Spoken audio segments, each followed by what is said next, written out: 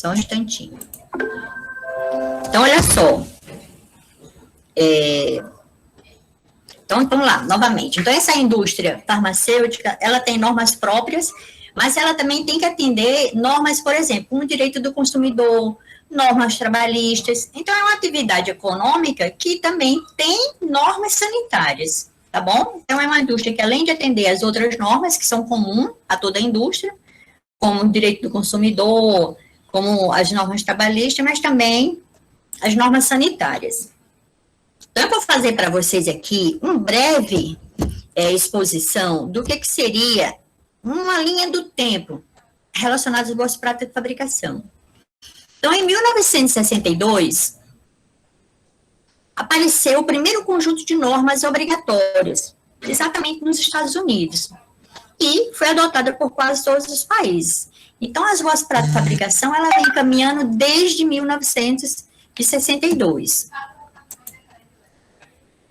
Em 1968, aconteceu a 21ª Assembleia Mundial da Saúde. Então, a OMS, que é a Organização Mundial de Saúde, recomendou as primeiras boas práticas de fabricação. Já em 95, em 75, aliás, em 1975, a OMS já fez uma atualização dessas normas e tornando ela obrigatória para a certificação da qualidade de produtos farmacêuticos, sujeita a operações do comércio internacional. O que a gente tem que perceber também? Que aqui já se fala em globalização. Aqui a gente já tem a globalização. Então, tanto a gente pode importar medicamento, como o país também pode exportar. Então, tem essa globalização do mercado. Então, para isso, a tendência é harmonizar esse conceito. Que todo mundo harmonize o conceito de fabricação. A qualidade desse medicamento, ela esteja harmonizada em todo mundo. Até mesmo para você poder importar ou exportar, você tem que atender a essas normas também que são consideradas mundiais, né? Então, em 1975, a gente já teve essa alteração. Quando foi em 1990, surgiu a série ISO 9000. Que isso vai ser um tema de um seminário nosso, lá para o final do período, que chama Gestão da Qualidade.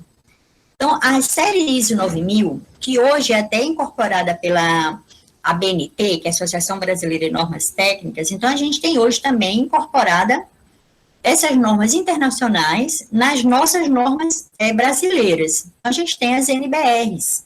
Então, a ISO 9000 hoje ela foi incorporada.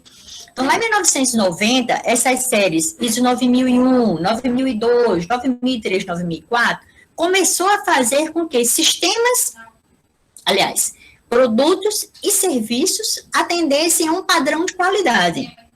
Então, se você for apresentar um produto ou um serviço ao mercado, que ele tenha uma qualidade. Então, com o surgimento da série ISO 9000, as normas foram revisadas novamente, levando-se em consideração o avanço paralelo ocorrido com a ISO 9000. Então, a gente já teve uma melhoria também aqui. A OMS fez novamente essa atualização, que constitui um valioso elemento de informação para os países que não possuíam ainda normas oficiais. Quando foi em 1995, aqui no Brasil, antes de existir a Agência Nacional de Vigilância Sanitária, a Secretaria de Vigilância Sanitária, ela funcionava dentro do Ministério da Saúde.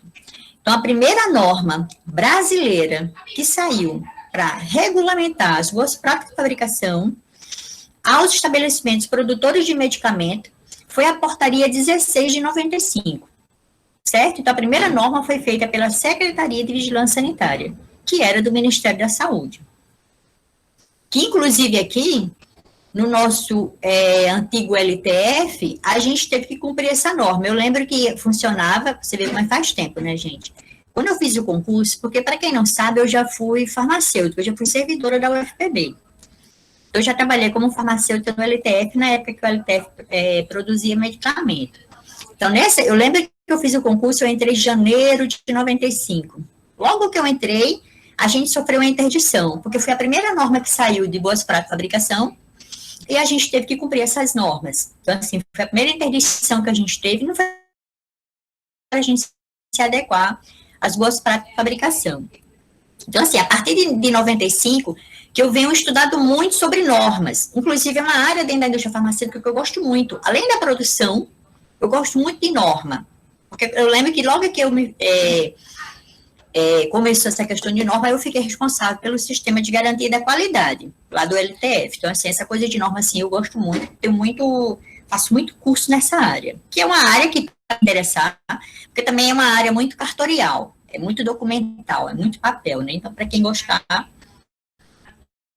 é interessante. Então, quando depois de 95, em 1999, a gente teve a criação da Agência Nacional de Vigilância Sanitária, a Anvisa. Então, quando a Anvisa surgiu, rapidamente, em 2001, a gente teve a primeira resolução da diretoria colegiada. Porque, para quem não sabe, a Anvisa ela tem uma diretoria, um colegiado que tem vários diretores. Então, ele não tem um presidente só, ele tem um diretor-presidente, mas todas as decisões são decididas nesse colegiado. Então, quando a gente fala resolução de diretoria colegiada, é uma resolução que foi regulamentada pela essa diretoria. Então, a gente tem essa norma 134, que foi a primeira que saiu de 2001, que ela é um regulamento técnico das boas práticas de fabricação, a qual revogou a antiga norma, a portaria 16.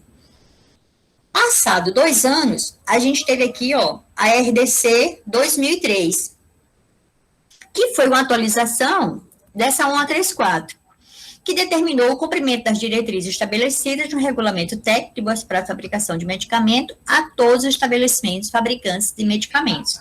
A gente vê aqui, ó, o LTF na época, quando a gente estava quase cumprindo a 2001, aqui é a resolução de 2001, apareceu essa de 2003. Então, quando apareceu a RDC, a gente vai ver, gente, conforme a gente for destrinchar agora boas práticas de fabricação, vocês vão ver o quanto que é oneroso, trabalhoso, aplicar boas práticas. Então, requer dinheiro, investimento. Uma indústria que não tenha um capital de giro alto, ela não consegue sobreviver, porque você precisa calibrar equipamento, validar processos, qualificar pessoal. Então, você tem que ter um investimento em cima de boas práticas, até mesmo para você garantir a qualidade daquilo que você está colocando no mercado. Então, quando foi em 2004, a gente resolveu parar as atividades do LTF. Então, quer dizer, já faz 16 anos que o LTF parou. É uma pena, entendeu? É uma pena, porque era muito gratificante. Eu fiz farmácia industrial aqui, na UFPB, então foi muito gratificante porque a gente tinha a prática, né? Você via a fábrica funcionando. Mas, ao mesmo tempo, a gente vê que a gente não tinha essa garantia da qualidade assegurada. E com essa disciplina agora, com esse conteúdo que a gente está vendo agora, vocês vão entender por que realmente é complicado, né? A gente vê a dificuldade que a gente tem junto ao pessoal servidor, que às vezes não tem a qualificação para aquilo, não tem o treinamento adequado, aí você fazer aquelas pessoas usarem gorro, máscara, luva, era muito trabalhoso, mas a gente achou por bem parar, a gente não foi interditado, a gente resolveu parar as atividades, porque a gente não conseguia cumprir as normas na íntegra, por conta do consultor. Porque é o seguinte, se você não cumpre as normas na íntegra, você não recebe o certificado de boas práticas de fabricação. Se você não tem um certificado de boas práticas de fabricação, você não consegue registrar produto. Então, até 2010, a gente ainda tinha produtos registrados, que a gente vai ver também na aula de registro, quando você obtém um registro, você leva 5 anos com esse registro. Então, eu consegui ainda, inclusive esse setor de registro também, quem tomava conta era eu. Então, assim, eu ainda consegui registrar. Eu lembro que até 2010 a gente tinha sulfa registrado, e tinha dexametasona, e tinha outros, eram 3 produtos que até 2010, mas só que a gente não tinha certificado de boas práticas, então a gente achou melhor mesmo parar, era melhor, não adianta também. E outra coisa, esse fornecimento desse medicamento, ele era para o Sistema Único de Saúde, então também não adianta a gente colocar dentro do sistema um medicamento que não estava tendo essa garantia de qualidade assegurada. Vocês vão entender o que é, durante a aula, garantia da qualidade e controle de qualidade, tá? Então, quando foi aqui, ó, em 2010, surgiu a RDC 17, que teve o objetivo de estabelecer os requisitos mínimos a serem seguidos na fabricação de medicamentos para padronizar a verificação do cumprimento das boas práticas de fabricação de uso humano durante as inspeções sanitárias. Então, aqui, ó, levou 7 anos, a gente teve uma nova norma, a RDC 17. Em 2015, surgiu o quê? Essa resolução aqui, ó, a RDC 33 de 2015, ela só alterou alguns artigos da 17, que era só referente, porque quando a gente vê na RDC 17, a gente só podia fazer produtos para uso humano, e só medicamento. Aí essa RDC aqui 33, ela coloca que você poderia produzir produtos veterinários, produtos para a saúde, produtos de higiene, cosmético e ou alimentos dentro da mesma área fabril, contanto que você garantisse que não ia haver contaminação desses produtos com o seu medicamento, que eu acho isso um risco sanitário. Porque, pensa bem, a gente faz cosmético geralmente leva essência. Aí como é que você vai fazer um comprimido utilizando, um comprimido não, que a gente não vai ter comprimido cosmético, vamos dizer um creme farmacêutico dentro do mesmo reator que você faz um creme cosmético. Então, você corria o risco daquele seu medicamento sair com cheiro, né? A não ser que você realmente estipulasse um reator dedicado àquele seu creme cosmético. Mas, de qualquer maneira, essa RDC de 2015, ela previa isso. E agora, bem fresquinha, a gente tem essa RDC 301 de 2019. Ela é muito recente, né? Ela começou a regulamentar o setor agora em 2019. Então, a gente vai detalhar exatamente a RDC 301 de 2019, que ela dispõe sobre diretrizes gerais de boas práticas de fabricação de medicamentos. Então, esta resolução possui o objetivo de adotar as diretrizes gerais de boas práticas de fabricação de medicamentos do Esquema de Cooperação em Inspeção Farmacêutica, PICS, como requisitos mínimos a serem seguidos na fabricação de medicamentos. Então, pensa bem, toda norma, se vocês abrirem, eu coloquei lá dentro do Moodle Class essa norma, ela é muito mais extensa. Aqui na nossa aula, a gente vai ver o que é prioritário. O que é o sistema da qualidade, o que é as boas práticas de fabricação, o que é as boas práticas de controle. No geral, os outros assuntos a gente vai abordar assim, segmentado. Um momento a gente vai ver sobre gestão da qualidade, outra hora a gente vai falar sobre validações, outra hora a gente vai falar de concepção de plantas industriais. Para eu não estar falando essa norma na íntegra aqui, que ia ficar muito cansativo, ela foi fragmentada, certo? Por outros conteúdos. Mas, no geral, vocês vão ter o entendimento do que são as boas práticas de fabricação. Inclusive, lá na farmacotécnica, vocês devem ter visto as boas práticas de manipulação, né? E, no geral, toda profissão, toda área, existem suas boas práticas. Existem as boas práticas de arquitetura, as boas práticas de engenharia. Então, a gente aqui vai falar das boas práticas de fabricação. Tá tudo ok por aí? Tudo certo. Sim. Tudo certo, professora. Pronto, ok. Então, olha só, qual é a abrangência dessa norma? Esta resolução se aplica às empresas que realizam as operações envolvidas na fabricação de medicamentos, incluindo os medicamentos experimentais. O que é que a gente vê no decorrer do histórico?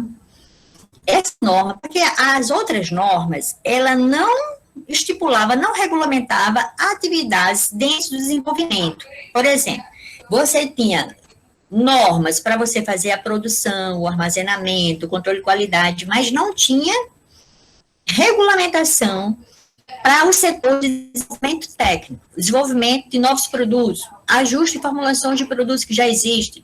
Então, essa área que era de pura pesquisa e desenvolvimento dentro da indústria, a norma não abraçava.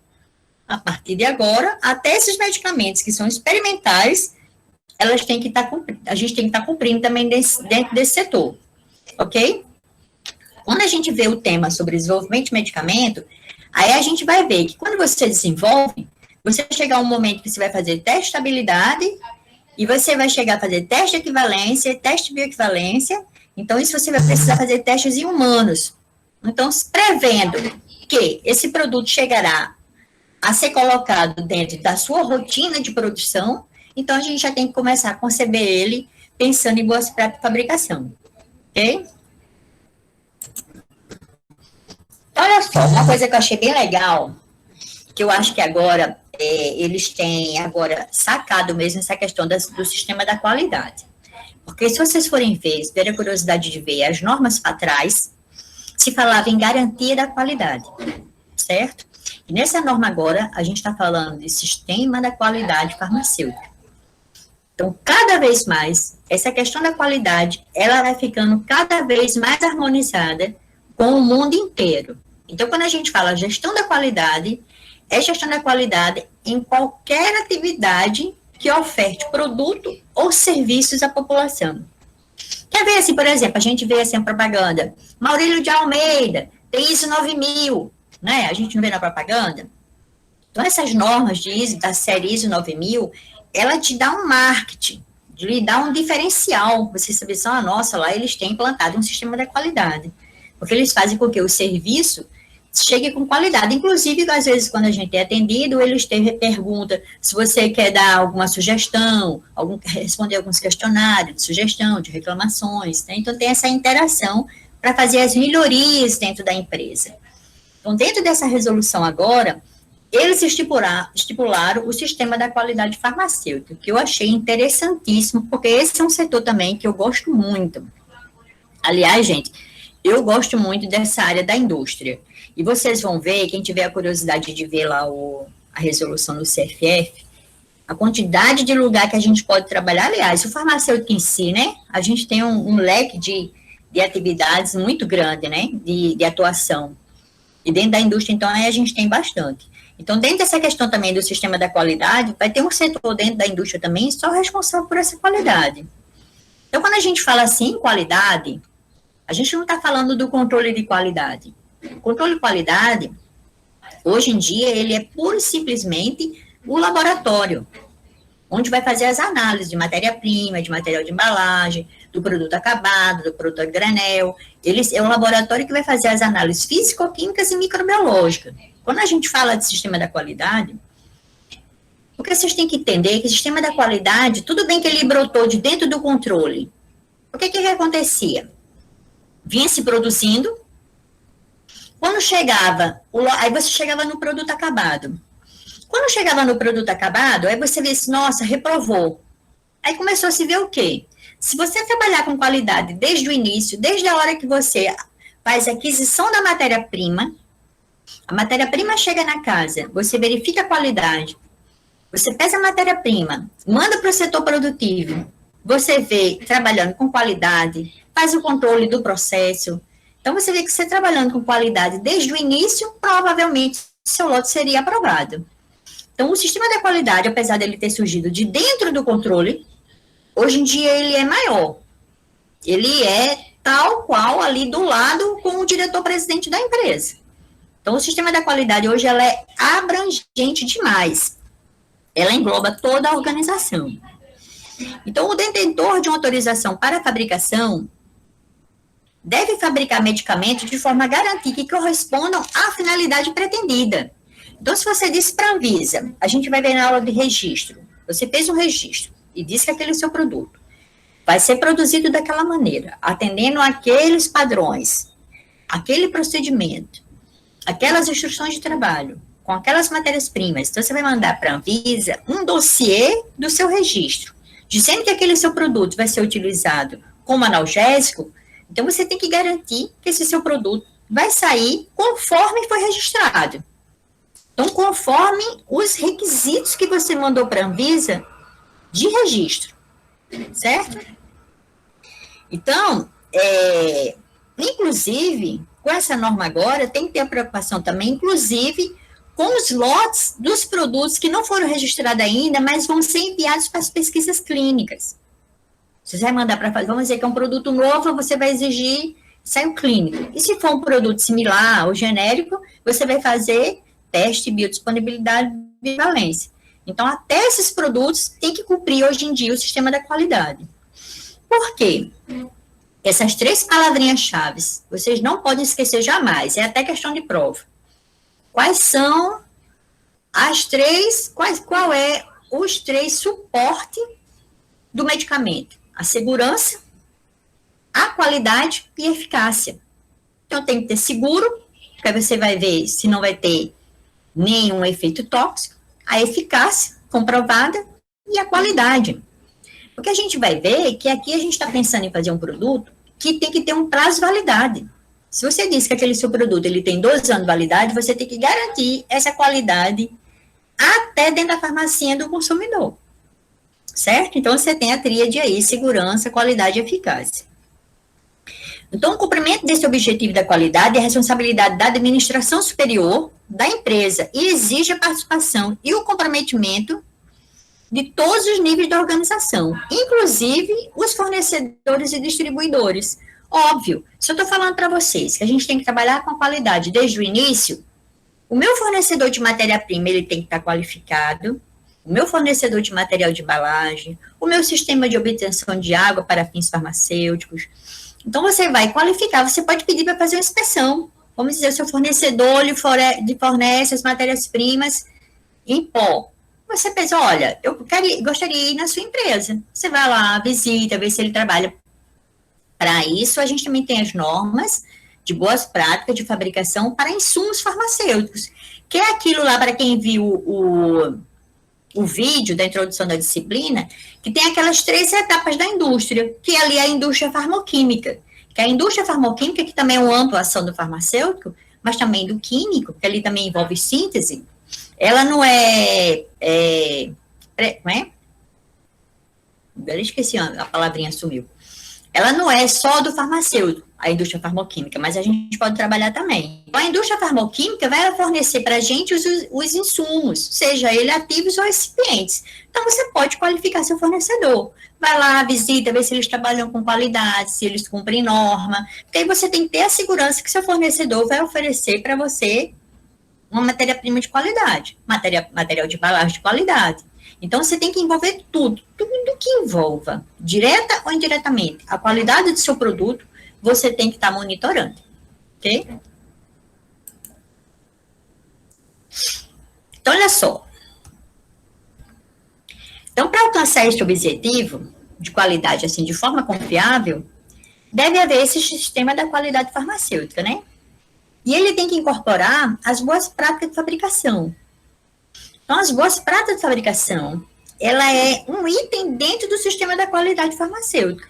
Como também a gente tem as boas práticas de laboratório de controle de qualidade, que na realidade era para a gente chamar BPFC, boas práticas de fabricação e controle, mas se adotou chamar só boas práticas de fabricação mesmo. Mas você também tem que ter implementado um gerenciamento dos riscos da qualidade. Vamos dizer, você descobriu que um comprimido seu, vamos dizer, você fez um lote com comprimido, mandou ele lá para o comércio, foi distribuiu nas farmácias. Um paciente liga para você no SAC, no Serviço de Atendimento ao Consumidor, e fala assim, olha, quando eu abro o blister, o comprimido está amolecido. Aí você diz, nossa, vamos averiguar. Então, o que é que vai acontecer? Você vai ter uma amostra, que a gente chama de amostra de referência, padrão de referência, não é padrão de referência não, amostra de referência, referências futuras. Você vai ter uma amostra desse lote guardada, nas condições de armazenamento adequado. Não é à toa, gente, que dentro das caixas, nos cartuchos, aquelas caixinhas de cartolina, como também no próprio rótulo, na bula, vem dizendo as condições de armazenamento. Se ali está dizendo que você deve armazenar até 30 graus, você não pode armazenar a 40 graus. Então, a indústria ela vai manter o produto dela conforme as condições de armazenamento que ela preconiza no seu material lá impresso. Então, vamos dizer, aí o cara foi lá, um consumidor foi lá e viu que o comprimido estava mole. Aí reclama. Aí você vai lá junto do seu lote que você tem guardado, vai fazer a análise. Se o lote tiver ok, o problema é na distribuidora, o problema é lá na farmácia, ou o paciente lá está armazenando inadequadamente. Se o problema realmente for do lote, a indústria terá que recolher esse lote. Vamos dizer que a indústria vai lá e veja que realmente a matéria-prima está mole. O comprimido está mole, amolecendo. Então, ele vai ter que ir lá no dossiê do lote e investigar por que aquele comprimido amoleceu. Se eu fiz um teste de estabilidade dizendo que ele tinha 2 anos, em 1 ano e meio ele está amolecendo. Então, a gente tem que ter esse gerenciamento desses riscos, desses desvios da qualidade. Certo? Então, o que é que a gente vê? Tem que ter rastreamento, monitoramento de tudo. A gente está trabalhando aqui com um item que afeta a saúde do consumidor. Porque, primeiro, a gente tem que pensar que quando tem um problema de qualidade num produto, vamos dizer que ele ocorra, vamos imaginar que seu ativo ele tem um problema de oxidação. Naquela reação de oxidação, formou-se subprodutos. Aí você sabe, aquele subproduto, ele pode ser tóxico ou não? Pode afetar, pode ter alguma reação adversa? Então, é importante esse monitoramento, essa rastreabilidade, certo? Então, de qualquer maneira, voltando aqui, que eu começo a dar exemplo, eu começo a viajar. Então, olha só. Então, para esse sistema ser eficaz, a gente tem que incorporar as boas práticas de fabricação, incorporar o gerenciamento dos riscos da qualidade. Vamos imaginar aqui também, vou dar outro exemplo. Eu gosto de dar exemplo que vocês visualizam. Vamos imaginar que a sua máquina compressora, ela já é uma máquina antiga. A gente mesmo, quando tem um carro velho, um carro já usado, não precisa nem ser tão velho, conforme a gente vai andando, ele vai ficando cheio de macete, né? A marcha só passa se você fizer assim. A maçaneta tem que dar um jeitinho para abrir. A chave tem que ter um jeitinho. Então, as máquinas, elas sofrem o desgaste. Então, vamos dizer que você tem uma compressora que você vê que ela já está meio desgastada e você começa a fazer a produção de comprimido. Vamos dizer que esse seu comprimido ele tem que ter um peso médio de 600 miligramas.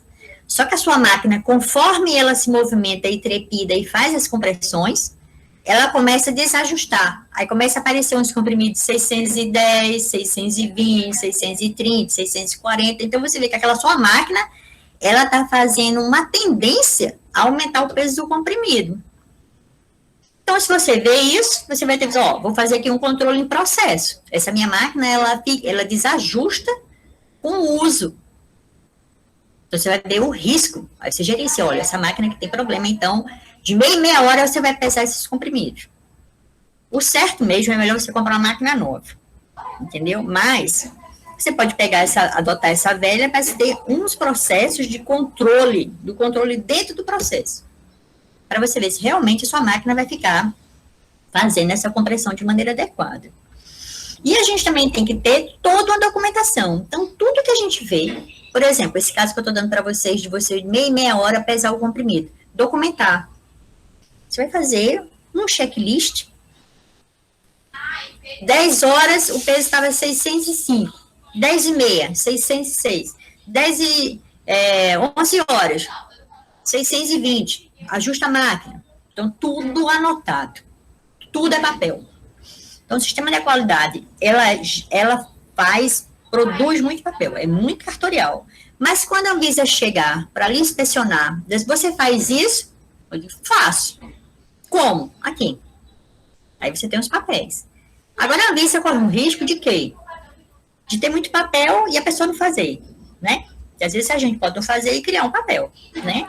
Mas ela pode também correr o risco de quê? De você chegar e ela pedir para entrar na fábrica. Ver lá o processo em si e ver que você não faz. Certo? Então, tem que estar muito documentada. Então, esse sistema tem que ter toda a atividade monitorada e um método de revisão gerencial. Então, de tanto tempo, verificar se está tudo transcorrendo dentro da normalidade, ok? Eu costumo dizer que o sistema da qualidade, ele é um sistema assim, que meio assim, tem um desconfiômetro. Por exemplo, você pode dizer assim, você fez isso? Vamos dizer, você requisitou uma matéria-prima lá do almoxarifado. Aí a matéria-prima chega na pesagem lá dentro da produção. Aí você diz, tem 10 quilos mesmo? Aí tem, mas vou pesar. Aí pesa. Então, dentro da garantia da qualidade, dessa questão da qualidade, você tem que sempre conferir. Sempre você vai conferir. Não é que você esteja duvidando do trabalho do outro, mas é melhor você conferir do que dar errado lá na frente, certo? Então, é bem interessante, eu lembro, tem um funcionário lá do Hiperfarma, o Wellington, não sei se vocês conhecem. O Wellington, a gente trabalhava junto na garantia. Era muito interessante, porque tudo que eu fazia, o Wellington já automaticamente ele conferia.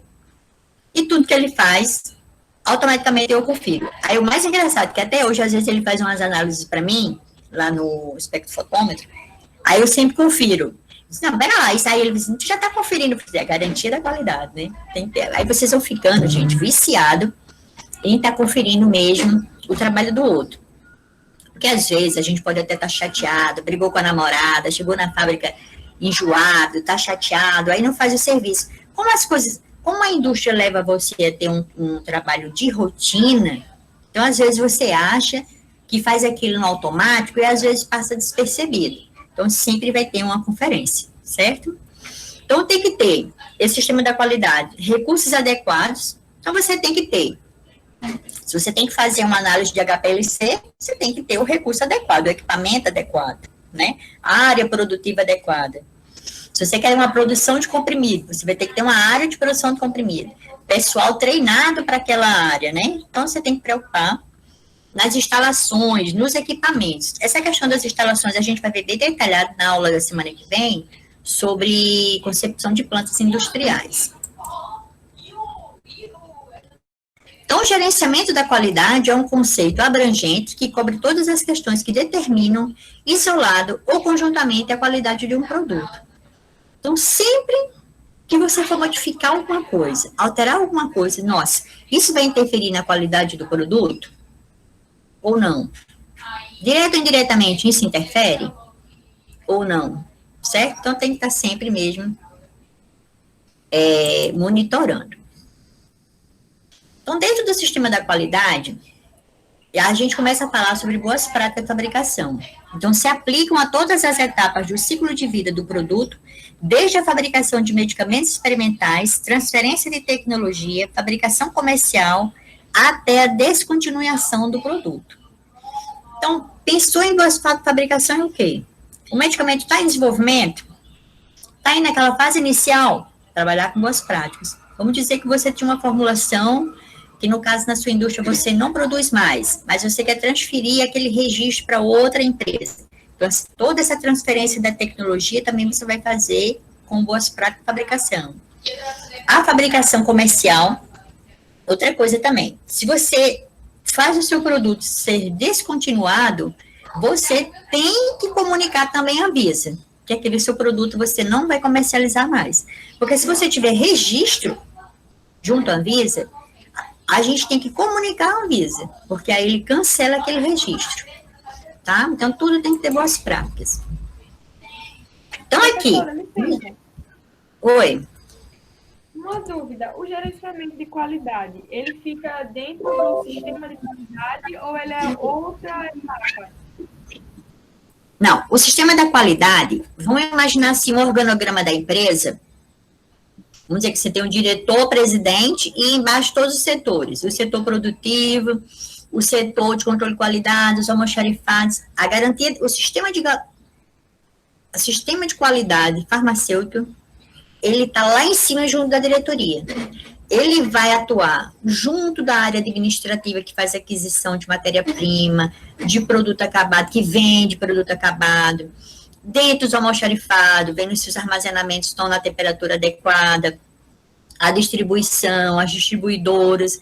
Então, quando a gente fala sistema da qualidade, esse gerenciamento da qualidade, ele é uma gestão lá em cima, junto da diretoria, lá do presidente, tá? Tirou a dúvida? Então, ele não está dentro do sistema da qualidade. O quê? O gerenciamento não está dentro do sistema de qualidade. Era essa a minha dúvida. Ele é uma coisa... Está dentro. Não. Tá dentro? Quando a gente fala sistema da qualidade, está dentro. Certo. Quando a gente fala sistema da qualidade, ele é toda a atividade que você faz para garantir que essa qualidade está sendo cumprida. Só que você, para ter esse sistema funcionando, você vai ter uma gerência. Você vai ter uma gestão. Alguém vai tomar conta desse sistema, né? Então, o gerenciamento, o sistema da qualidade, se eu falar sistema da qualidade, garantia da qualidade, gerenciamento da qualidade, a gente está pensando lá nas pessoas, na equipe que trabalham com a gestão da qualidade. Certo? Agora, o quê? As boas práticas de fabricação, ela é apenas um item para o sistema da qualidade. Porque você também vai ter as boas práticas de armazenamento, certo? Então, as boas práticas de fabricação, ela é um item dentro do sistema da qualidade. Ok? Então, vamos lá. Aí, como eu estava falando para vocês, a gente, hoje em dia, com essa norma nova, ele fala aqui que até a concepção do produto. Então, na hora que você vai projetar, planejar, vai implementar um novo produto, se vai fazer uma manutenção diária, vamos dizer que você tem um produto que sai comprimido, agora você quer fazer desse mesmo medicamento comprimido revestido. Já tem que pensar como você vai fazer para atender essas duas pratos de fabricação e ter sempre uma melhoria contínua. Como eu falei para vocês aqui, se a gente tem um problema da máquina de compressora, pensar na possibilidade de comprar uma nova. Você tem que fazer essa melhoria. Porque termina, gente, quando você tem alguma coisa assim, equipamento antigo, essas coisas meia sola, esses arranjadinho, termina que você compromete o técnico. Porque pensa bem, se você tem uma compressora que ela está toda ajustada, você liga lá ela e ela trabalha 6 horas sem parar, o técnico só vai lá de vez em quando olhar, pegar de 2 em 2 horas, vai lá, pega um 10 comprimidos e pesa e faz o peso médio. Outra coisa é você ter uma compressora já comprometida que de meia em meia hora o técnico tem que ir lá e pesar. Então, todo equipamento que é meia sola, termina que o ônus fica para o operador. Certo? Então, esse conceito é muito abrangente mesmo. A gente tem que pensar que tudo que envolver, sempre que a gente pensar, afeta a qualidade do consumidor, tem que ter essa preocupação, certo? Então, bora ver. Um instantinho. Tá me dando uma sede. Peraí, só um instantinho, só tomar uma água.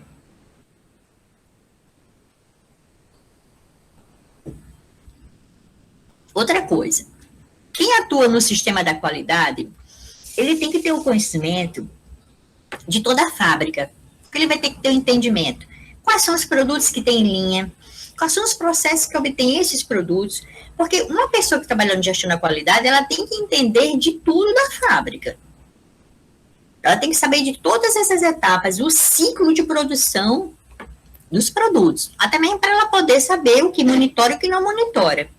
Então, é interessante, quem for atuar nessa área, no máximo, ela vai passar por todos os setores antes de, no mínimo, para você atuar nessa área.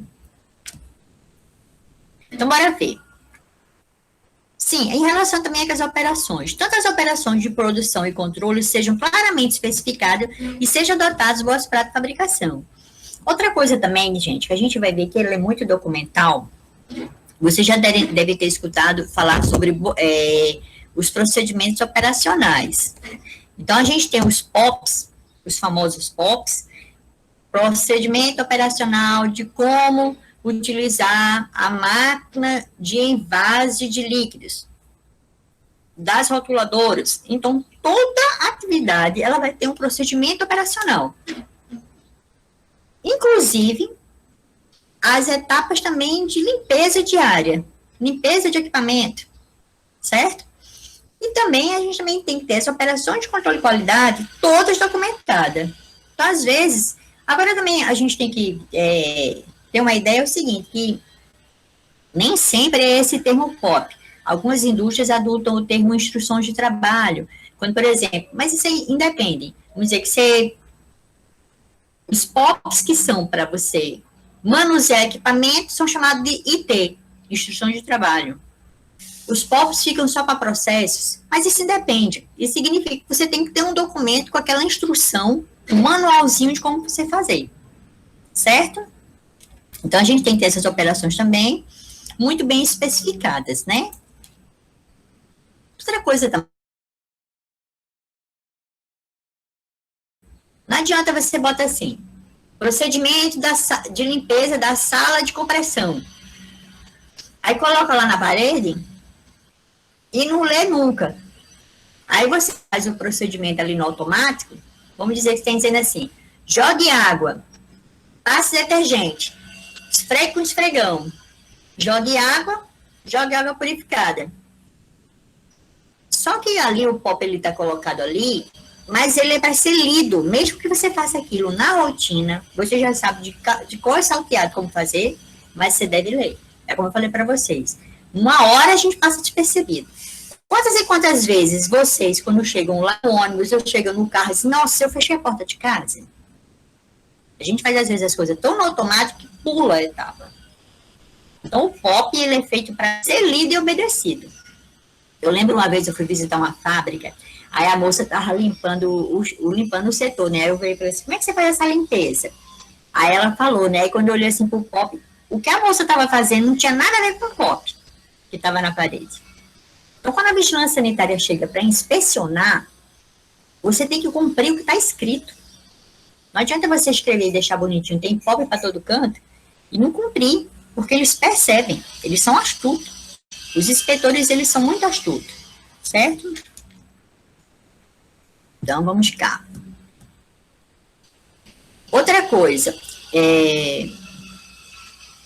sempre também essas questões mesmo de processo de limpeza, de produção, a gente tem que ter preocupação com as boas práticas de fabricação, ok? Então, as responsabilidades gerenciais sejam claramente especificadas. Isso é ótimo, gente. Olha, você é contratado para uma empresa.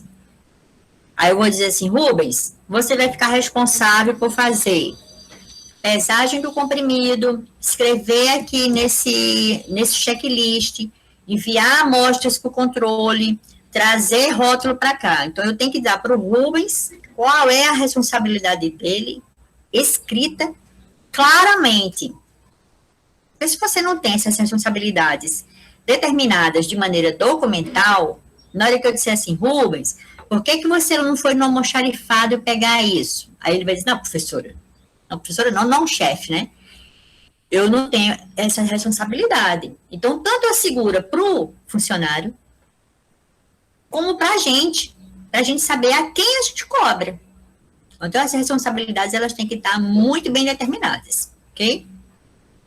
Sejam tomadas também providências para a fabricação, fornecimento e uso das matérias-primas e material de embalagem correto, a seleção e o monitoramento dos fornecedores. A gente vê também aqui que a norma ela é repetitiva, né? Você vê que a gente já falou sobre isso, sobre fornecedor, mas ela é repetitiva na ideia mesmo de que quanto mais se repete, mais a gente vai aprendendo. Então, pensa bem. Vamos dizer, uma fábrica também, que a gente vê esse conteúdo quando a gente vê PPCP, que eu acho que é lá para a quinta aula que a gente vai ter. Quando eu digo assim, almoxarifado, eu vou produzir, eu mando uma ordem de produção. Mando uma ordem de produção lá para o almoxarifado, que vamos iniciar um lote. Então, na hora que eu faço a perspectiva de produção de um lote, eu tenho que saber, eu tenho matéria-prima para fazer aquele lote? Eu tenho material de embalagem para aquele lote? Então, dentro das matérias-primas, tanto o insumo farmacêutico como todos os recipientes, eu tenho na casa? Então, quando a gente manda fazer uma ordem de produção, você já fez um estudo do que você tem na casa. Tanto de material de embalagem, como de matéria-prima. Você não vai iniciar uma produção sem saber se você já tem os itens para aquela produção, certo? Uma produção, gente, ela é organizada de maneira planejada, programada. A gente não chega na fábrica hoje assim, a gente vai produzir o que hoje? Nem sei, vamos fazer o quê? Não, o mês inteiro a gente já sabe o que vai fazer. A gente já tem a programação dia a dia do que fazer. A gente vai ver isso quando a gente vê PPCP. Em relação também aos terceirizados, vamos dizer que você tem uma produção, mas você não tem um almoxarifado suficiente.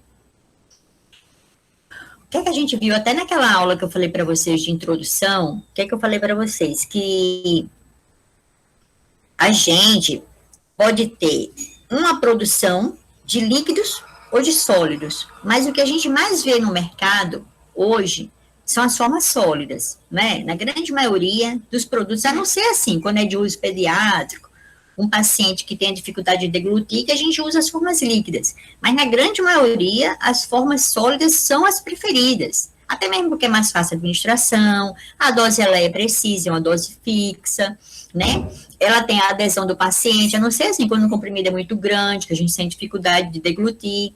Mas na sua grande maioria é formas sólidas. E as formas sólidas têm uma vantagem, porque como elas não têm água na sua formulação, ela produziu, ela já pode ir para venda. Porque o controle de qualidade físico-químico, ela faz análise ali no dia. Ali no dia, fez o lote. O controle analisou, físico-químico, né? Aprovou, pode vender.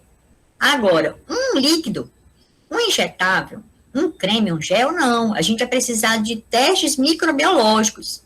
Então, as fábricas de líquidos, elas têm que ter almoxarifados grandes, porque você vai ficar com lotes apreendidos até o controle microbiológico liberar. Então, se você precisa de almoxarifado grande, você pode terceirizar. Vamos dizer que você não tenha um almoxarifado grande, mas você aluga um almoxarifado. Então, até essas atividades terceirizadas, você tem que ter um sistema de qualidade. Você tem que ver realmente se o armazenamento vai estar na temperatura adequada, se os lotes estão sendo etiquetados adequadamente, se o dossiê do lote tem ali dizendo para onde foi, qual almoxarifado. A gente vai ver isso tudo bem detalhado de almoxarifado quando a gente vê concepção de plantas, certo? Então, atividades terceirizadas, monitoramento.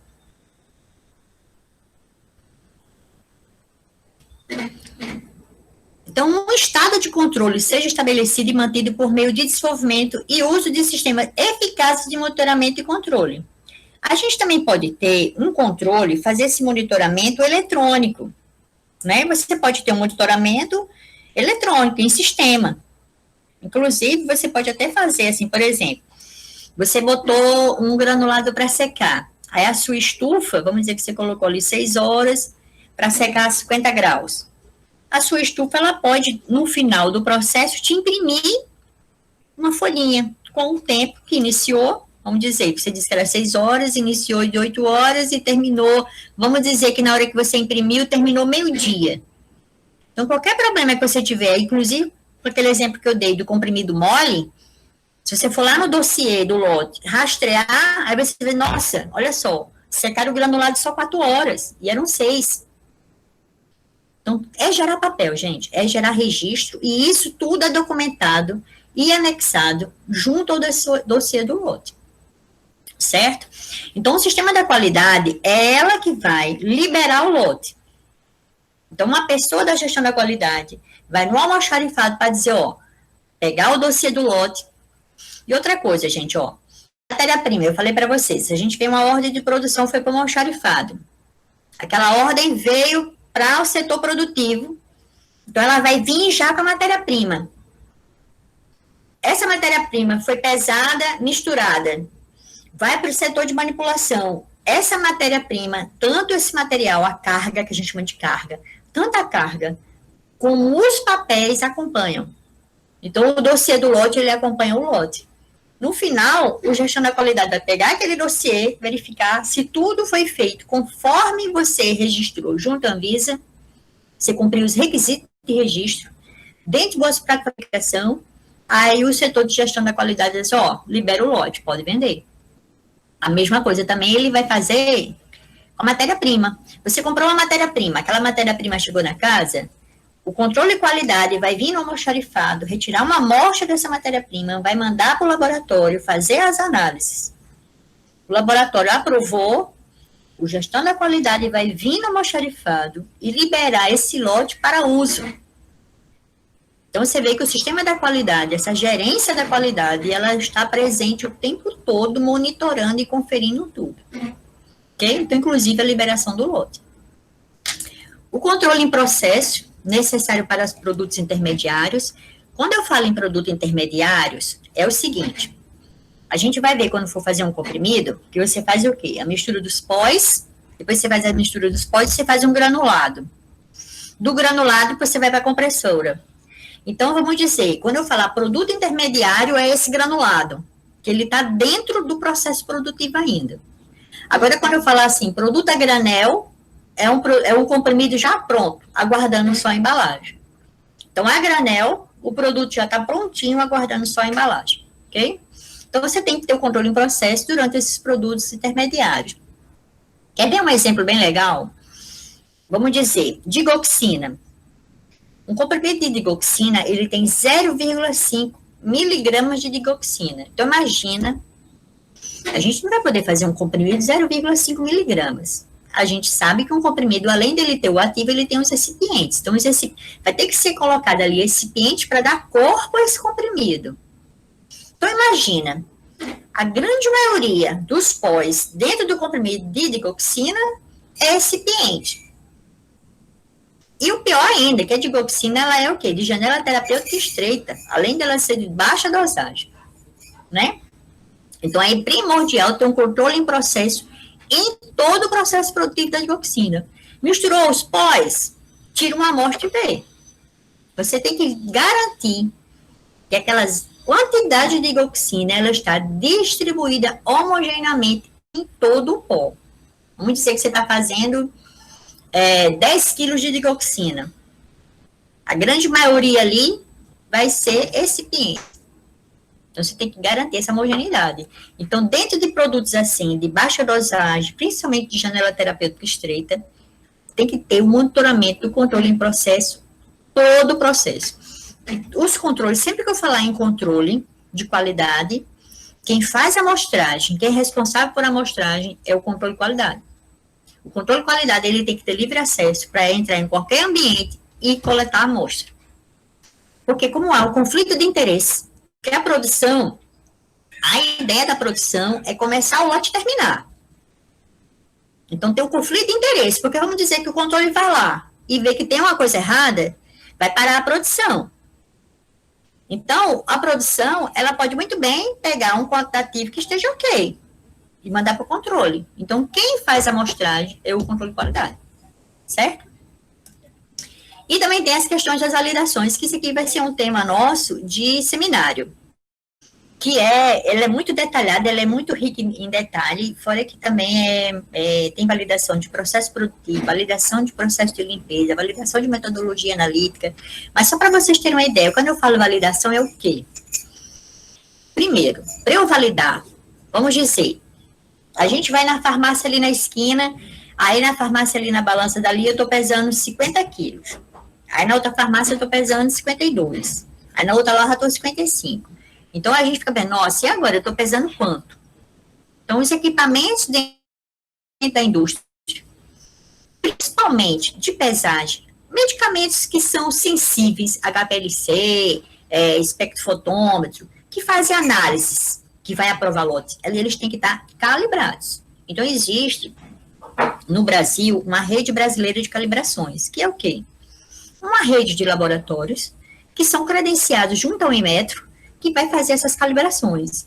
Então, até para você ter validações, como é que você vai validar? É aquele seu processo de obtenção daquele produto. Como, por exemplo, aqui no caso da digoxina. Imagina que eu vou pegar essa digoxina numa balança que nem calibrada está. Como é que eu vou dizer que aquele processo de obtenção daquele produto vai realmente gerar produtos com a dosagem certa? Se nem a balança está calibrada. Então, todos os equipamentos de medidas, eles têm que ter calibrado nas redes brasileiras de calibração. E, às vezes, quando você chama um técnico desse, vem lá de São Paulo, o cara já vem contando por hora, ele ganha por hora. Então, se o voo atrasa, você já está pagando, certo? Então, em cima disso, você vai fazer as qualificações e as validações. Quando a gente vê bem esse assunto de validações, aí vocês vão entender melhor. Mas, hoje em dia, é prioritário você validar. Quando a gente fala validar, é que você garante que aquele processo, feito daquela maneira, sem você mexer, ele vai levar ao produto que você pretende. Então, você tem que estar com a validação. Vocês têm que pensar, gente, que aqui a gente está falando em escala industrial. Não é a mesma coisa da gente estar aqui na manipulação, fazendo 30 cápsulas. A gente vai fazer lotes de 360 mil comprimidos. Então, a gente tem que ter tudo isso amarrado, porque você tem que garantir que aquele lote, quando eu falo lote, pressupõe-se que todos os itens daquele lote, eles são homogêneos entre si. E ainda o quê? Que toda vez que você produzir, um lote tem que ser igual ao outro. Apesar de que vai levar uma numeração diferente, porque você está fazendo em datas diferentes, mas, se você diz para a Anvisa, eu faço esse produto assim, junto ao registro, eu tenho que garantir a ela que toda vez que eu fizer esse lote, eu vou obter o mesmo produto dentro das mesmas especificações. Então, tem que estar validado, certo? É como eu falei para vocês. Como é que você vai validar com uma compressora meia sola? Não vai. Então, o que é que a gente vai vendo aqui no decorrer do debate aqui sobre... A gente está falando só da qualidade ainda. Como é caro você ter uma indústria funcionando. É caro. certo? Porque só de equipamento, de calibrações, qualificações e validações, você que investe um dinheirão, certo? Então, olha só, o sistema da qualidade, você tem que fazer melhorias contínuas, avaliações prospectivas, você pode pensar assim, nossa, esse meu produto, ele sempre dá problema no blister, vamos dizer que, não, esse meu comprimido está ficando mole, é a minha embalagem que está ruim, vamos mudar esse... Porque a gente vai ver, quando vê sobre embalagens, que você tem diferentes plásticos. Quando eu falo blister, é aquele que é alumínio e plástico, que tem aqueles alvéolozinhos. Então, na hora que a gente for fazer uma avaliação, nossa, vamos mudar esse plástico, em vez de ser um PVC, ser um PVDC, que é mais impermeável. Então, fazer essas avaliações, porque conforme... Por isso que é importante quem trabalha na qualidade entender dos processos, dos produtos. Ele pode pensar numa prospecção, certo? Outra coisa também, você fizer qualquer mudança no seu produto, novo registro. Porque pensa bem, a gente vai ver, quando vê registro, que na hora que você faz o registro, você fez o teste de estabilidade. E quando você faz o teste de estabilidade, você já faz o seu produto junto à sua embalagem primária. Então, se eu estava usando um blister PVC, eu vou passar para um PVDC, o PVDC vai me dar mais estabilidade. Então, você requer outro teste de estabilidade. Novo registro, certo? E fazer as investigações dos desvios. Se tiver qualquer desvio da qualidade, você vai ter que reunir tanto o grupo que estava no controle de qualidade, inclusive as pessoas que trabalhavam no desenvolvimento técnico. Quem está no desenvolvimento técnico, ele entende muito do produto porque foi ele que desenvolveu. Então, você vai formar uma equipe para investigar o que está acontecendo com aquele lote que está levando a desvios da qualidade. Então, essa questão das investigações dos desvios, a gente hoje em dia fala muito também, dentro dessa norma, sobre o gerenciamento de risco na qualidade, certo? Então, na realidade, a gente tem que ver essa questão dos princípios mesmo, né? O nível apropriado pode ser determinado pelo estabelecimento por meio de aplicação de princípios de gerenciamento na qualidade. É aquela coisa... O monitoramento vai fazer com que você veja o que pode afetar ali a qualidade daquele produto. Se é a máquina, se é um operador, se foi um operador que você trocou de área. Então, você tem que ter esse monitoramento desses desvios e verificar se há riscos na qualidade do produto. Verificar também a causa raiz. Porque não adianta também você ver, não, aconteceu o desvio, ok. Então, vamos descartar o lote. Mas é importante que você investigue o que causou aquele desvio. Se foi um problema de equipamento, se foi um erro humano. Se for um erro humano, tem que ver por que aquele erro. Né? A gente não pode negligenciar esses erros, certo? Que às vezes... E errar é humano, né? Às vezes a pessoa está de cabeça cheia, errou alguma coisa, não foi devidamente treinado, aquele técnico do dia lá adoeceu, você colocou outro técnico. Então, tem que estar investigando também até que há o erro não humano. Inclusive, dentro das ordens de produção, quando vem o sequenciamento mesmo das atividades, você tem que dizer assim, quem fez? Ai, meu Deus. Primeiramente, mostrar para vocês como é que funciona a cadeia farmacêutica de produção. Ai, meu Deus, sei que eu vi aqui, peraí, só um instantinho. Primeiramente, nós temos aqui a pesquisa e desenvolvimento de novos princípios ativos, que hoje também... Peraí, gente, alguma coisa aconteceu aqui.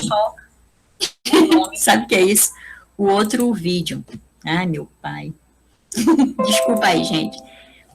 Tem que ver, então, essa questão. Eu cliquei aqui em cima do YouTube, aí foi para dentro do vídeo. Então, olha só. E aqui também, a gente tem essa questão aqui das ações corretivas e ações preventivas. Esse exemplo que eu falei para vocês, da compressora, ela não está funcionando bem. Então, você pode ser preventivamente, parar aquele setor e fazer uma manutenção da máquina. Vamos dizer que você está trabalhando, aquela máquina quebrou no dia ali, durante a produção, já é uma ação corretiva. Então, hoje em dia, existem até as ações preditivas. Você sabe assim, que, por exemplo, em cada ano, aquele seu autoclave, ele apresenta um problema. De 8 em 8 meses, ele começa a dar problema. Então, você já tem essa predição, ó. Quando for em agosto, a gente já para o autoclave e faz uma manutenção. Então, essa questão mesmo do CAPA, que são as ações preventivas e corretivas. Então, é relacionado também à comercialização, uma pessoa que vai ser delegada pelo sistema da qualidade ter certificado o lote. Então, só vai para a comercialização se essa pessoa delegada para o SQF certificar que o lote está aprovado, ok? Então, existe um mecanismo para garantir que os medicamentos sejam armazenados, distribuídos e, posteriormente, manuseados de modo que a qualidade seja mantida. Então, a questão da qualidade, é isso que eu falo para vocês aqui, ó. Imagina, a gente tem que garantir essa vida útil. Se eu digo que aquele meu produto tem 2 anos de validade, eu tenho que garantir que no meu almoxarifado que eu estou terceirizando, ele está armazenado dentro das condições que eu prediz, que eu disse, durante o testabilidade. Se a minha distribuidora está indo ali com um caminhão baú climatizado, e se está sendo manuseado de modo que a qualidade seja mantida. Então, até a gente mesmo, que às vezes chega, vamos dizer que seu banheiro fique na sua casa, no poente, que a tarde toda fica pegando sol na parede da farmacinha. Ou então você tem uma churrasqueira do lado de lá, da parede onde tem a sua farmacinha do banheiro. Aquela temperatura dentro da sua farmacinha. Então, até vocês, futuros farmacêuticos, devem ter esse cuidado em casa, se realmente vocês estão armazenando de maneira adequada. Uma maneira também da gente verificar se a gente atende boas práticas de fabricação é fazer uma autoinspeção ou auditoria interna, que nada mais é que o quê? Vamos dizer, Tainá trabalha lá no setor de comprimido. Alan trabalha lá no setor de líquido. Aí eu chamo vocês dois. Eu digo, Alan, você vai fazer o seguinte, você vai lá hoje, pega aí a BPF, vai lá para o setor de comprimidos e você vai fazer um checklist para mim, se eles estão lá trabalhando com BPF.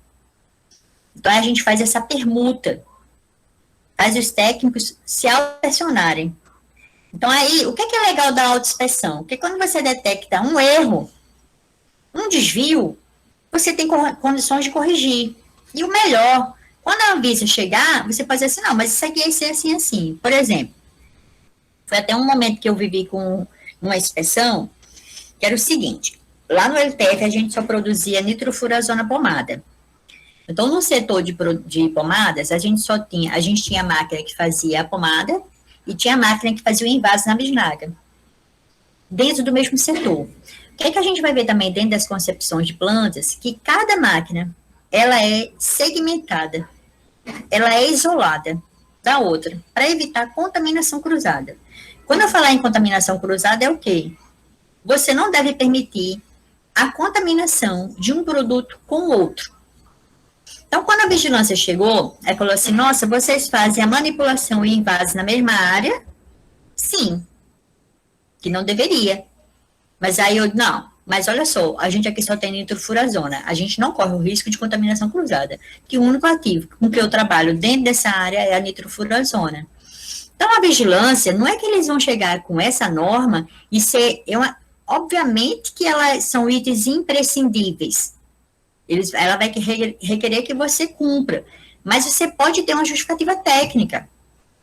Você tem uma justificativa plausível, eles vão aceitar, certo? Outra coisa assim também, gente, a gente tem que pensar que as boas práticas de fabricação, ela sempre evita isso. Contaminação cruzada, que é evitar a contaminação de um item com o outro.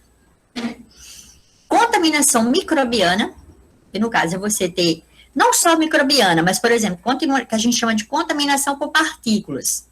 Ou é partículas viáveis, que seria fungos, bactéria, levedura, ou partículas não viáveis. É assim, por exemplo, vamos dizer que você compra um xarope e você vai encontrar dentro um pelo de um bigode. Ali está a contaminação por partícula. Obviamente que aquele bigode deve estar cheio de bactéria, vai também dar ali uma contaminação microbiana. Mas isso já diz que a fábrica não está trabalhando com boas práticas de fabricação. O funcionário ali não estava de máscara, né? Então, a gente tem que ter a preocupação, sempre que a gente falar de boas práticas de fabricação, vocês pensarem em 3 coisas. Evitar a contaminação cruzada, evitar contaminação por partículas, viáveis ou não viáveis, e troca ou mistura. Você não trocar produtos e misturas, e misturar produto, certo? Mas isso a gente vê mais na frente.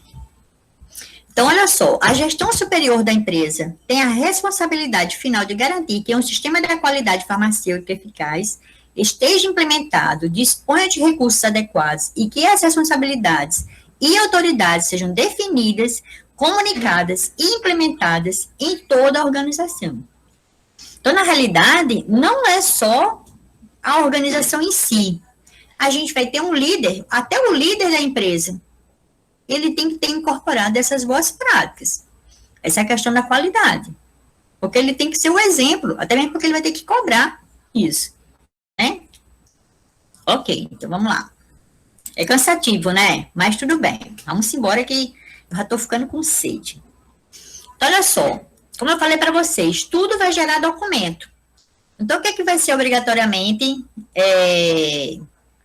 feito? Um manual da qualidade. Então, o manual da qualidade, ele vai ser um manual mesmo, que você vai ter ali tudo que se faz dentro da fábrica escrito.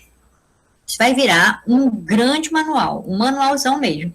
É muito papel. Você vai ter que ter todos os procedimentos, como você faz armazenamento, os procedimentos, como você produz cada item seu, como você faz o controle de qualidade de cada matéria-prima, como você faz armazenamento, como você faz o controle em processo, tudo que se faz tem que estar documentado. E isso gera um manual da qualidade. Então, você tem ali no manual a política da qualidade da empresa, certo? Até então, a gente está falando dessa questão do sistema de monitoramento. Então, bora entrar aqui agora do que é mesmo as boas práticas de fabricação. Então, as boas práticas de fabricação é a parte do gerenciamento da qualidade que assegura que os produtos são consistentemente produzidos e controlados de acordo com os padrões de qualidade apropriados para o uso pretendido e requerido pelo registro sanitário, autorização para uso em ensaio clínico ou especificação do produto. Então, a gente vê, ó, aqui, ó, só essa fotinha aqui para animar vocês. Isso aqui é um setor de líquido, ó. A gente tem os reatores, você vê que tudo é em aço inoxidável, tudo facilmente lavável, né? Até para sanitizantes, as superfícies de aço aguentam esses sanitizantes. Vê o operador aqui todo paramentado. Então, você vê que você não tem contato com o produto que está aqui dentro, né? Aqui é um laboratóriozinho de controle de qualidade, o cara fazendo análise. Então, a gente tem a questão dos controles em processo.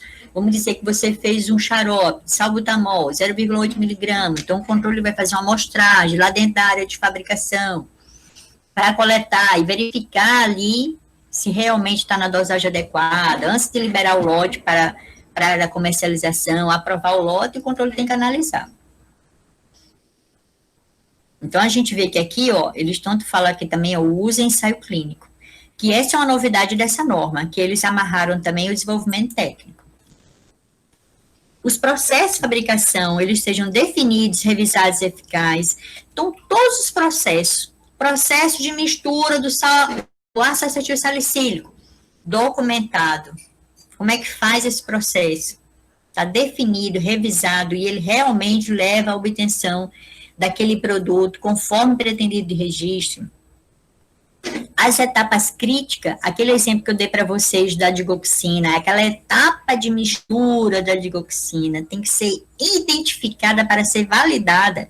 Vamos dizer que você viu que na hora que você coloca a digoxina junto com os recipientes, você garante que ela fique homogênea depois que você deixe meia hora seu misturador em rotação. Você vai repetir isso. Quando a gente valida um processo, é isso. Você vai repetir, por análise estatística, dizer assim, ó, eu fazendo 30 minutos, ele torna o pó homogêneo. Então, tem que estar validada, certo? As instruções de trabalho, os procedimentos operacionais, tem que estar inscritos de forma instrutiva, em linguagem clara e inequívoca. Então, um POP, na hora que a gente pega um procedimento operacional, a gente tem que ter a capacidade de reproduzir. Então, quem escreve o POP, geralmente é quem faz a atividade. Mas ele tem que fazer de maneira que, numa sua substituição, alguém consiga repetir. Agora, obviamente, que o POP, ele é treinado. Ninguém vai pegar um POP de primeira e vai reproduzir. Você vai ter que treinar aquelas pessoas, certo? Então, você tem que ter o POP muito claro. As instalações adequadas. Então, para a gente ter uma produção de líquido, a gente tem que ter uma instalação adequada, né? Com os reatores adequadas e suficiente para o quantitativo de produto que você pretende produzir, né? Os equipamentos e serviços, a gente vê aqui, ó, aqui também é reator de líquido, tá vendo? Aqui, ó, uma blistadeira. Que no caso aqui vem uma folha aqui embaixo de plástico, no caso aqui a gente tem os alvéolos, onde foi inserida aqui a cápsula. E posteriormente, ó, vai ser selado aqui o alumínio. Então, aqui a gente está fazendo aqui uma máquina de blister. Então, a gente tem que ter os equipamentos, os serviços, tudo isso aqui, gente, monitorado. A gente vai ter que verificar, sempre vai ter inspeções, às vezes a gente faz inspeções visuais, às vezes a própria máquina faz essa inspeção, ver se tem algum alvéolo que ficou faltando alguma cápsula, se não amassou. Aqui a gente vê, ó, materiais, recipientes e rótulos. Aqui eu coloquei, aqui no caso, a gente vê uma linha de produção de líquidos. A gente vê aqui o frasco âmbar, ó. Passa, vai receber aqui o líquido, o produto que no caso aqui está na forma líquida, recebe a tampa. Então, essa máquina aqui, além dela ser enchedora, aqui, ó, ela é também a tampadora, que no caso aqui é até uma rosqueadora, certo? Você vê que é uma linha limpa, tudo, a maioria hoje as máquinas são enclausuradas, cabinadas, para evitar contaminação cruzada, contaminação por partícula, troca e mistura. Então, tem a preocupação, na hora que você solicita do almoxarifado o rótulo para esse produto aqui, verificar se o rótulo realmente é para esse produto, para não haver trocas e misturas, ok? Aqui também a gente tem que ter preocupação também no armazenamento, que no caso aqui a gente vê um almoxarifado, ó, tem 1, 2, 3, 4 andares de armazenamento. Então, na hora de armazenar, verificar se a etiqueta é de aprovado, se a etiqueta está amarela, que está de quarentena. Quando a gente fala etiqueta em quarentena, é que aquele produto está em análise e controle. Então, se for uma matéria-prima, ela não está sendo liberada ainda para uso, que ainda está sendo analisada, e se for um produto acabado, ela está em quarentena, então não pode ser vendido, porque está sendo controle de qualidade ainda, tá bom? Então, geralmente, nos almoxarifados, a gente tem áreas. Uma área amarela para produtos em quarentena, tanto no almoxarifado de matéria-prima, como no almoxarifado de produto acabado. A gente vai ter uma área amarela que está em quarentena. O controle está analisando. Outra coisa também, a gente tem um armazenamento de embalagens, um almoxarifado de embalagem. Então, essas embalagens, elas também passam por controle de qualidade, que a gente chama de controle de qualidade físico. Por exemplo, essas caixas de papelão. As caixas de papelão, na hora que você vai requisitar, adquirir um papelão, você vai querer uma gramatura X, para ela aguentar peso, sobrepeso, sobrecarga, empilhamento. Então, todo material de embalagem também, ele também passa por controle de qualidade. Então, os almoxarifados, você pode também ter um almoxarifado único, mas contanto que você diferencia por etiqueta. Se a etiqueta tiver amarela, o produto está em quarentena. Se tiver verde, está liberado para uso. Se tiver vermelho, foi reprovado. O ideal mesmo é o que for reprovado, recolhido, esteja numa área à parte, que realmente ninguém possa mexer. Aqui também a gente vê, ó, esses carrinhos de empilhamento, né, as empilhadeiras, que aí você vai precisar, como é que você vai armazenar aqui em cima? Então, você tem aqui o transporte, não só aqui dentro dos almoxarifados, que a gente tem que ter a preocupação que essa empilhadeira, na hora que ela vem pegar a caixa, dela não perfurar as caixas. Então, tem que trabalhar também com as boas práticas de fabricação. E aqui, ó, os procedimentos e instruções, tudo documentado, tá bom? Como armazenar, vamos dizer que você tenha produtos, você produza vitamina D. A vitamina D, ela no almoxarifado, ela tem que ser refrigerada. Ela tem que estar no máximo a 25 graus. Então, você tem que providenciar dentro do almoxarifado condições para aquele armazenamento. Então, você vai ter procedimentos e instruções para alguns materiais que requer condições especiais de armazenamento. Aqui também a gente tem que ver a questão da distribuição, que deve minimizar qualquer risco à sua qualidade e levar em consideração as boas práticas de distribuição. Então, hoje em dia, essa distribuição ela é feita nesses caminhões baú, né, eles têm que ser qualificados mesmo, né, climatizados. E outra coisa, gente, o farmacêutico industrial pode trabalhar nas distribuidoras, certo? Inclusive, tem um menino que foi aluno nosso que ele trabalha com isso, com logística, que até estava falando com ele para ele fazer dar uma aula para a gente, porque eu não conheço ninguém que trabalhe com logística. Eu acompanho ele no Instagram faz tempo que ele foi nosso aluno. Mas eu tenho observado que ele trabalha com isso. E deve ser bem interessante, farmacêutico industrial, certo? Outra coisa assim também, gente. Vocês estão vivos ou já morreram? Vocês estão Professor. Ao vivo. Vivente. É porque é muita informação mesmo. Aguenta esse ponto aí, que falta pouco. Aí, olha só, recolhimento e reclamações. Vamos dizer, aquela reclamação que a gente viu que o paciente foi e reclamou, que o seu produto lá estava com problema do comprimido mole. Aí você detectou na sua amostra de referência que realmente o comprimido, aquele lote está comprometido. Recolher. A indústria é obrigada a fazer esse recolhimento. Então, na hora que a gente faz essa distribuição, também tem as boas práticas, que é o quê? Você anotar para onde foi, que caminhão foi, que empresa fez. Você tem como rastrear e mandar recolher. Essa é uma questão, bem interessante por conta, não sei se vocês lembram na época, não deve lembrar, porque também vocês são muito mais jovens, né? Mas a gente teve na época que Cícero Lucena, que é até candidato agora, né?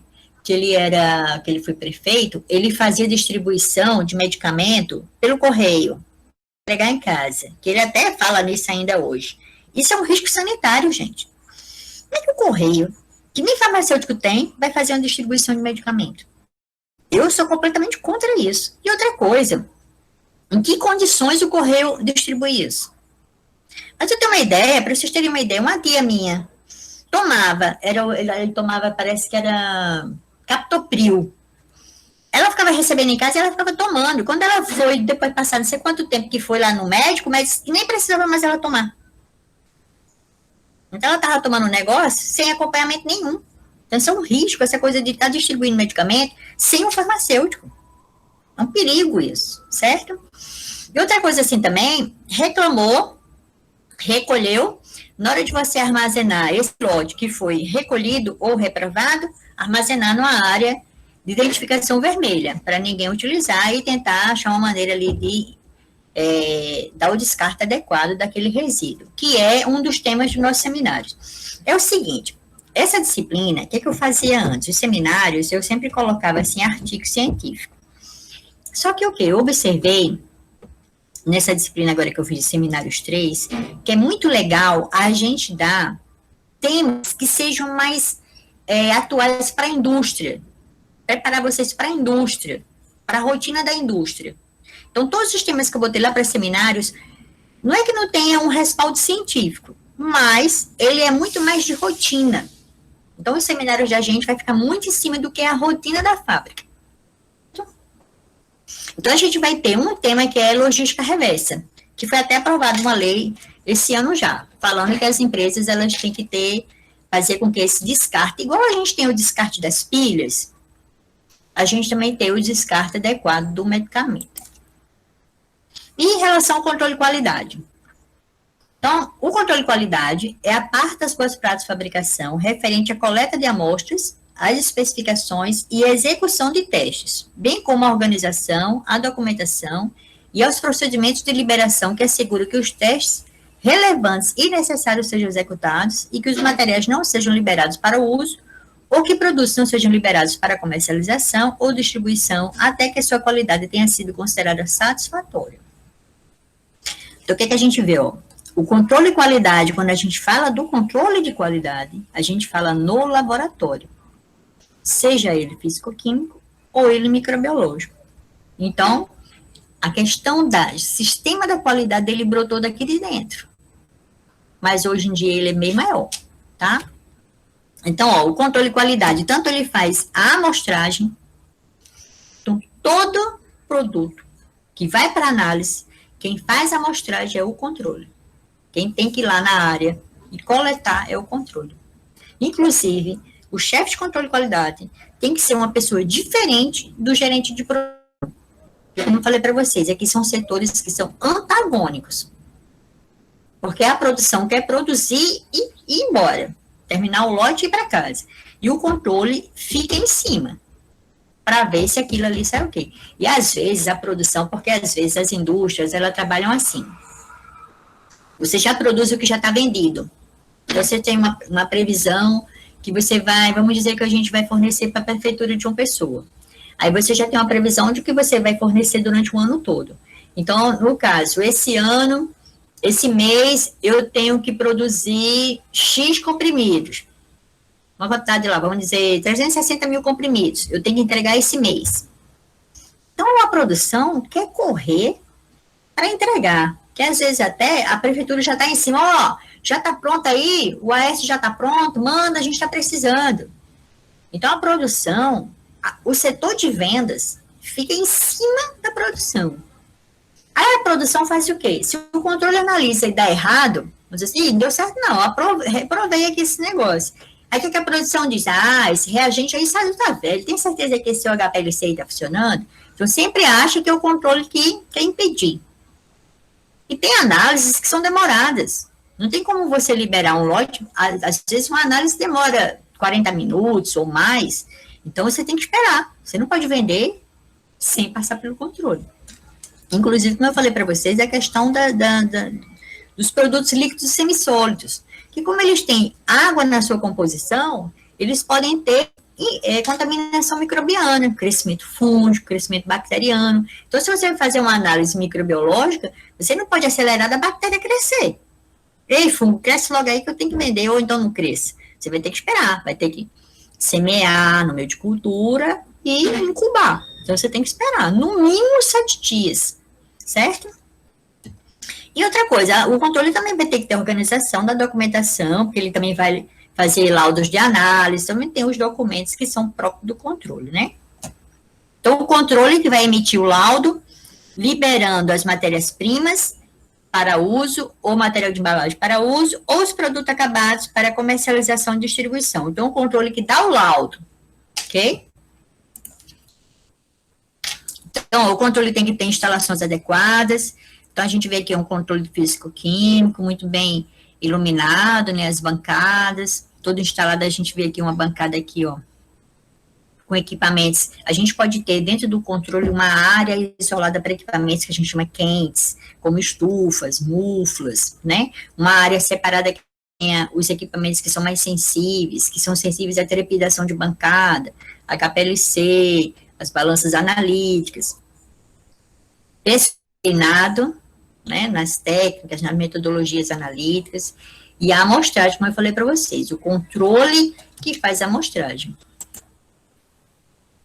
A metodologia analítica, se essa metodologia analítica, ela for farmacopeica, se ela existir na farmacopeia, você não precisa validar. Mas vamos dizer que seja um produto novo, no qual você desenvolveu uma metodologia, aí você tem que validar essa metodologia. Validar, como eu falei para vocês, você vai ter que fazer, repetir essa metodologia e por um estudo estadístico dizer assim, ó, ela é robusta, ela é eficaz, ela é precisa, ela é exata, realmente, ela consegue dizer para a gente, esse laudo é confiável. Então, você vai ter que fazer essa validação de metodologia. Mas, na grande maioria, você pode seguir as farmacopeias. Tem registros eletrônicos, então, os equipamentos, o HPLC, você pode muito bem salvar os seus cromatogramas dentro do próprio sistema, pode imprimir, colocar junto do dossiê do lote. Então, você pode fazer registros eletrônicos, registros impressos, contanto que você valide o sistema eletrônico para quando a Anvisa vier, você diz, olha aqui, está todo aqui meus cromatogramas de todos os lotes, desse lote. Você que ele chega, o lote X, cadê? Você tem como mostrar, certo?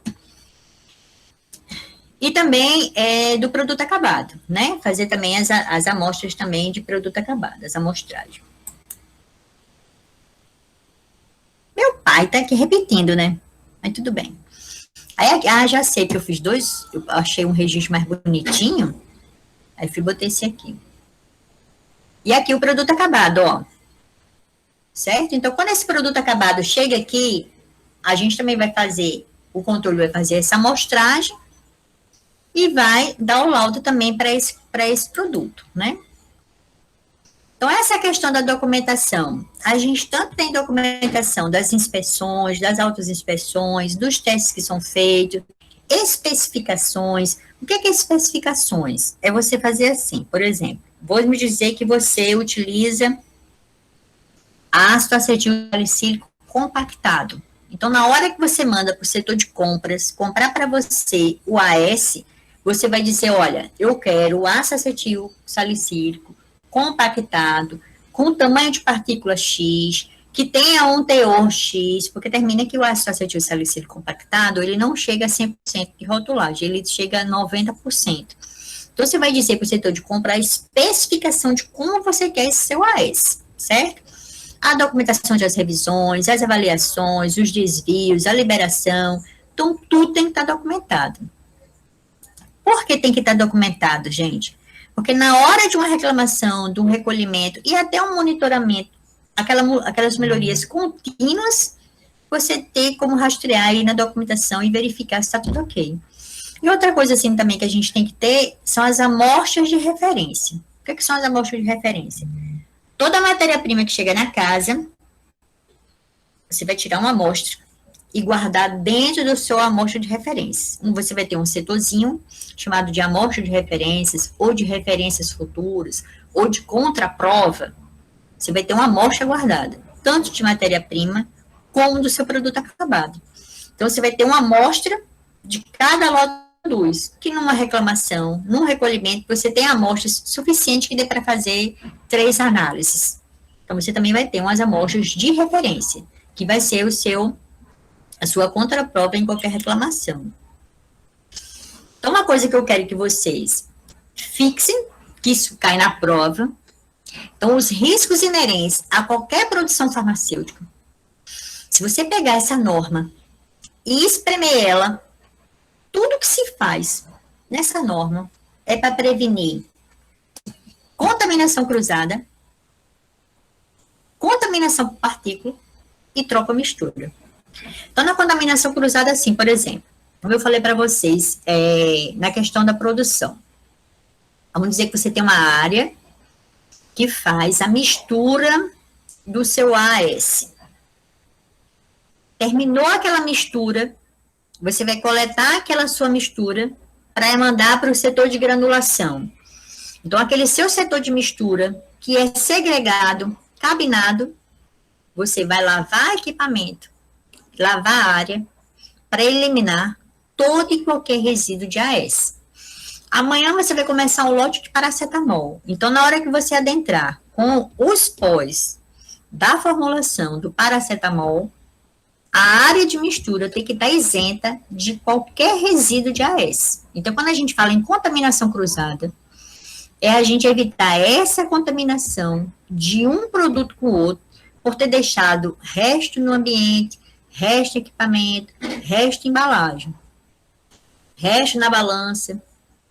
Porque imagina, vamos dizer, muita gente é alérgico a AS. Aí você compra um paracetamol com resíduo de AS. Aí tem uma reação alérgica. Aí diz, nossa, eu também estou alérgica a paracetamol. Então, a contaminação cruzada é isso. Então, qualquer atividade que leve a um risco de contaminação cruzada, está faltando ali BPF. Tem que implantar BPF, tá bom?